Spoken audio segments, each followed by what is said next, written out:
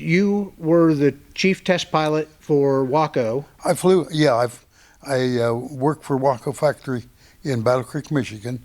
And so, yeah, I was the test pilot. First, when the airplanes roll off the assembly line, I flew them and went through the basic flight test techniques. I didn't have to turn them upside down only once, but we did the whole flight test regime and before the airplane was released to the customer. Okay, and you've been flying down here at Waco Field for many, many years. Oh, yeah, when the field was built, I think my wife was the second airplane to land here. And so, yeah, I've been here forever. I ran a flight school down at Moraine, down the southern, and learned to fly there. In fact, first airplane I ever bought was a Waco, and when I was 17. So I've had Wacos forever. Okay, and last year on this very airfield, we celebrated 100 years of Waco. The 100th year. We are coming up on the 101st anniversary with the Waco fly-in coming up in just a couple of weeks, the 20th to the 22nd. Right. How's it feel to be celebrating 101 here? Well, I'm looking for 110 also, you know. So we'll see what happens. I've flown air shows since the early 60s.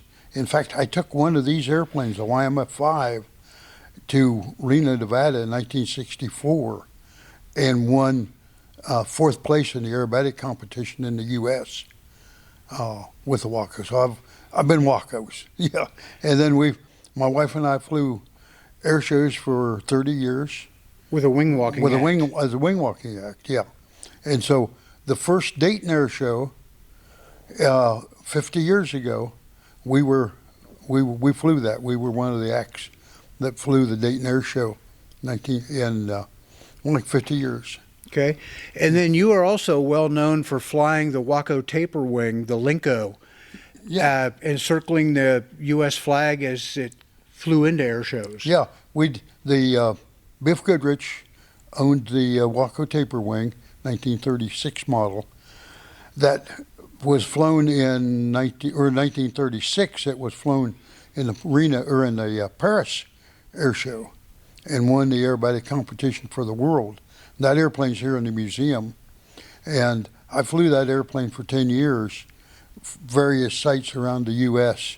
For B.F. Goodrich to demonstrate the airplane. We opened the air show normally with smoking the jumper with the American flag, and so that airplane, like I say, is here in the museum. It's a lot of history to it. Lincoln Oil Company owned it in Findlay, Ohio, and they flew pre-World War II. They flew a lot of air shows, smoke riding, advertising for Lincoln Oil Company. Okay, and sitting right next to that, we'll look at it in a little bit, is Harold Johnson's famous Waco. Yeah, his UMF-3. That airplane was probably best known. We flew the Dayton, or the Kings Island. We flew the Kings Island for almost 10 years. He flew that airplane. I normally flew Snoopy, the black airplane, and we had a dogfight every evening over Kings Island. And Snoopy and the Red Baron. Snoopy and the Red Baron. Snoopy made it most of the time. So. Okay. And then that airplane was also featured in WKRP in Cincinnati, the TV show. Right.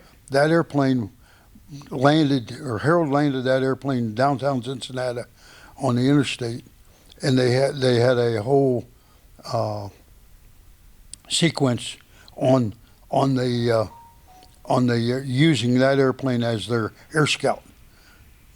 So, I am going to have to watch that episode. That is a neat episode. But so the Waco Museum here is more than just Waco classics. We have a large part of history here. Oh yeah, starting starting with the Waco Cootie replica hanging in the 1921, the Waco Waco 4 replica, which is a 1924 design, and in fact that airplane I flew 20 hours to certify that it was safe to fly. Then we put it in the museum. In addition to that, I mean, looking around the museum, anything else that stands out in your mind as must-see? Well, the military history of the Waco gliders is here and well represented, and but the Waco factory up through 1941 built airplanes here in Troy, and we've got representatives of pictures at least of every airplane come out of the factory. So. Okay, and a number of pictures of a lot of the workers who used to work here. Oh yeah, there's a lot of history in Troy, and we try to keep on top of that history with the Waco ex-employees. We were talking about Harold Johnson, the flying mayor of Moraine. Tell us a little bit about Harold. Well, Harold learned to fly at Moraine and became the airport manager, and later the mayor of Moraine. So Harold is known throughout the state as the flying mayor, and did air shows with the F3 all over the state. In 1972, Governor Rhodes wanted to put an airport in every county in the state, and then when those airports were dedicated, Harold and I went in and did the dedication ceremonies. Normally, cut the ribbon and did an air show, and so he got airports in every county but 2 in the state of Ohio, and most of those airports are still in existence. And Snoopy and the Red Baron were on hand for the first air show. Yeah, we tried to. In fact, Harold and I were representing the state, and we were rewarded $1 a year payment. We were $1 a year men for the state of Ohio.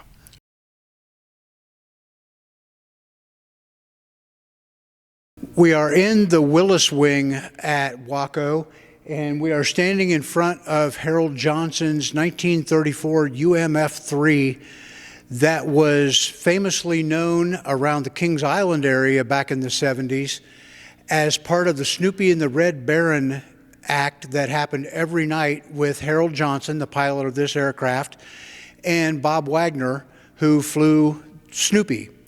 And the two of them would put on an air show every evening at Kings Island. And then they were also very well known both for their air show acts. In the case of Harold Johnson, the flying mayor of Moraine, he flew the Dayton Air Show for many years. And the thing that I know most people remember a lot about him was the finale of his act. He would taxi up to the flight line, face the crowd, turn on the smoke, tap the brakes, and take a bow with the aircraft. And it was just such a fantastic ending to a great air show put on by a very entertaining man. That aircraft had been donated by Harold's family to Waco and is now part of our permanent display here at the museum. This aircraft is the famous Waco taper wing known as the Linko. It was very well known around the country as it was built in 1929, had a storied career, flew in the Paris Air Show back in the 1930s, and then came home, and it ended up being used in a number of air shows and was flown by a number of famous pilots, among them the Bob Wagner, who we just spoke with, who used to use this aircraft to open air shows, including the air show up at Oshkosh every year and the Dayton Air Show right here in the Miami Valley.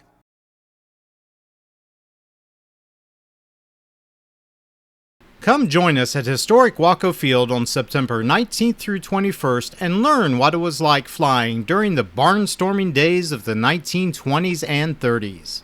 Bring the children along on Friday from 4 p.m. to 7 p.m.